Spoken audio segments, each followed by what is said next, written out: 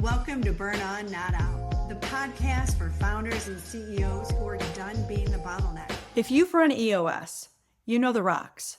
You know the quarterly, you know how to run a level 10 meeting, how to get issues on an IDS list, and score your scorecard. And if you're like most, decisions are still coming back to you. Not because EOS failed. EOS did exactly what it was built to do. But because there's a layer above the framework, above the tools and the meeting rhythm and the accountability chart, the EOS was never designed to touch. And that layer is where the bottleneck actually lives. So in today's episode, this is for the founder who invested in the system, who did the work, and who runs it well, and still walks into Monday with a full inbox of decisions that should have been made without them. We're going to talk about what EOS installs and what it doesn't touch, and why that one missing layer is the reason you're still the point every decision has to pass through. So let's get into it. First, I want to make this really clear. This is not an EOS criticism episode. I'm not here to tell you EOS doesn't work. It works. In fact, I have friends who are implementers and they do an amazing job. I refer them business all the time. The companies that run it well, that have a good implementer, that do the quarterlies honestly, they see real results. The accountability structure improves, the meeting rhythms improve, the rocks give the leadership team something to organize around. That is real. What I want to talk about today is something more specific. It's a scope limitation, not a design flaw. EOS was built to organize your company. It was built to create clarity around vision, traction, and health. It gives your leadership team a shared language. It gives you a rhythm for how decisions get reviewed and how priorities get set. What it was not built to do, and what it has never claimed to do, is correct how the founder makes decisions. Those are two very different problems. So think about it this way. EOS installs structure at the company level. It tells your leadership team where to meet, what to report, and how to escalate. But here's what I've seen happen time and time again inside companies. The EOS framework is working. It's humming along. The L10s are running. The scorecard is green. And on Thursday afternoon, a decision that belongs to the VP of Ops lands in the founder's inbox because the VP wasn't sure if this one was really hers to make. Or the founder reopens a rock that was already set because something just felt uncertain. It didn't feel right. Or the quarterly comes around and the founder realizes they spent the last 90 days in reactive mode, putting out fires, and the work they said they protect time for never happened. EOS didn't cause that, but EOS didn't fix it either. Because the behavior that keeps producing it, the patterns that pull the founder back to the center of every decision, those live above the framework. And that's what we need to talk about today. When I talk about the founder layer, I mean something very specific. It's not mindset, it's not motivation, it's not confidence or trust or whether you believe in your team. It's behavioral, it's structural, and it runs automatically, which is exactly why frameworks don't touch it. So here's what I mean. When you installed EOS, you installed a set of tools, meeting cadences, an accountability chart, a scorecard, a way to surface and resolve issues. But the person running those tools is still you.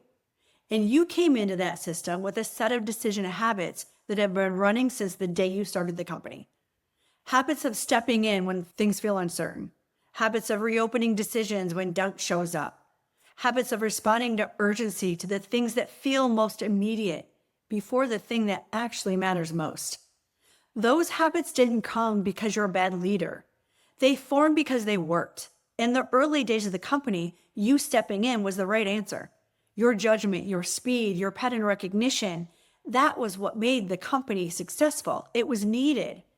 And the company learned to depend on it. And that dependence got baked into the culture, into the team's behavior, into how escalation flows inside your organization. And then EOS arrived. And EOS gave the company a better structure, but it didn't update the founder's operating patterns. It didn't change the default that tells your team, when you're not sure, bring it up. And here's the piece that most founders don't see clearly until someone names it directly. The founder's own behavior is still reinforcing the escalation to fall, often without the founder knowing it's even happening. You answer a question that didn't need to come to you. That teaches the team that it's okay to bring questions like that to you. You step into a decision someone else had authority to make. That teaches the team that authority is conditional, that it doesn't really hold unless you confirm it does.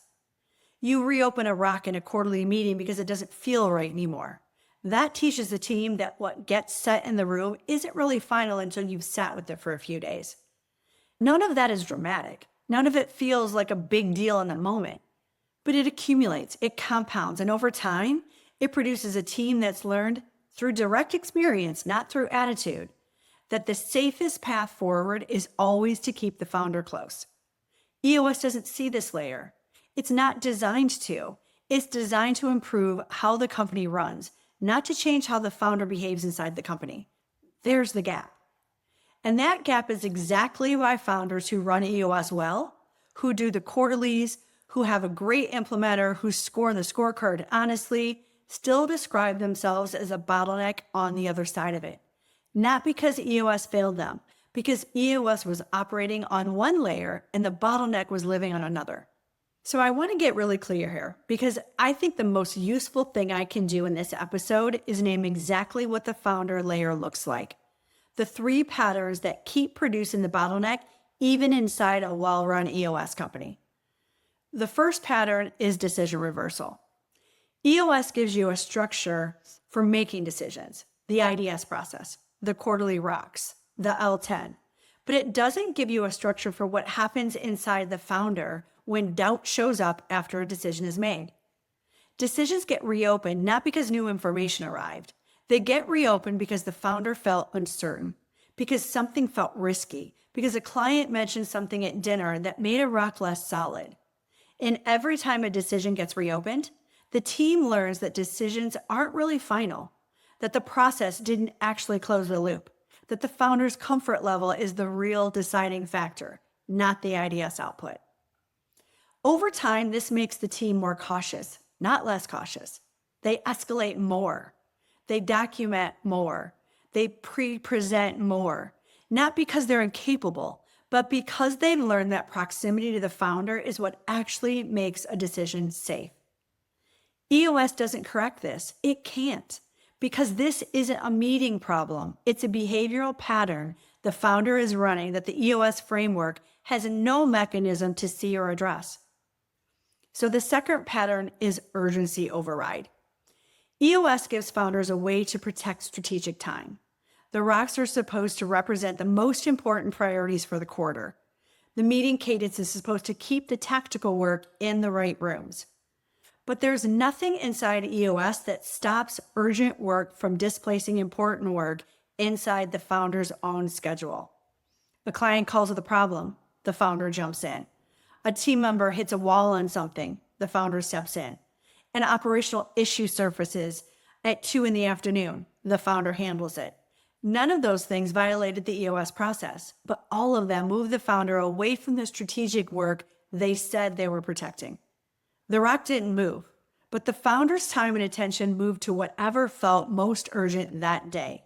And at the end of the quarter, in the quarterly meeting, they're sitting there asking themselves why the important work didn't happen. Now, EOS shows you what your rocks are. It doesn't stop the urgency pull from overriding them. The pull is cognitive. It lives in how the brain processes immediate versus future consequences. And a meeting structure can't touch that. A third pattern is authority erosion. EOS gives you an accountability chart. It defines who owns what. It gives your leadership teams roles and real clarity. But here's what happens in practice. The moment the founder expresses an opinion in a meeting, in a text message, in a casual conversation, the team adjusts.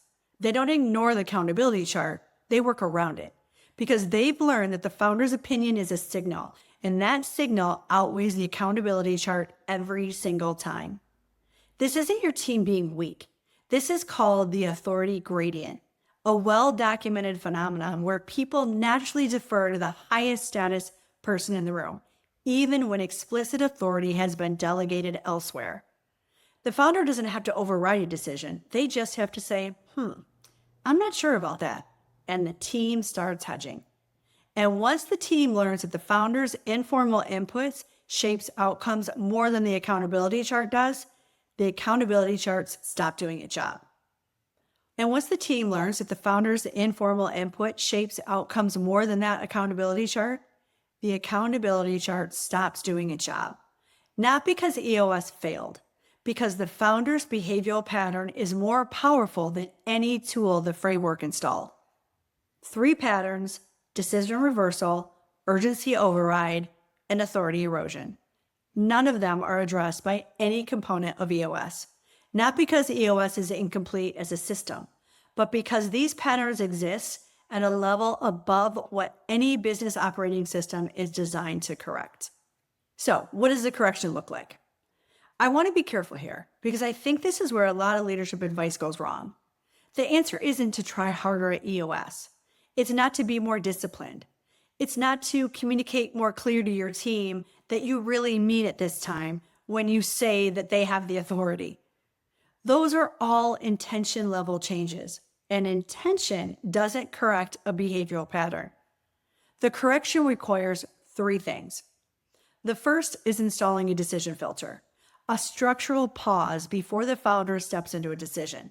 Not a reminder, not a post-it note, a built-in question that sits between the incoming decision and the founder's response to it. And that question is really simple. Is this actually mine? What breaks if I don't step in? And is this a crisis or am I responding to a feeling? Most founders, when they slow down long enough to ask those questions honestly, already know the answer. The problem is that the habit loop is faster than the question. The founder steps in before the question gets asked. The filter doesn't require willpower. It requires a structural moment built into how decisions reach the founder that creates the pause before the automatic behavior executes. The second thing that correction requires is redefining what the founder's authority actually looks like in practice, not on the accountability chart, in behavior.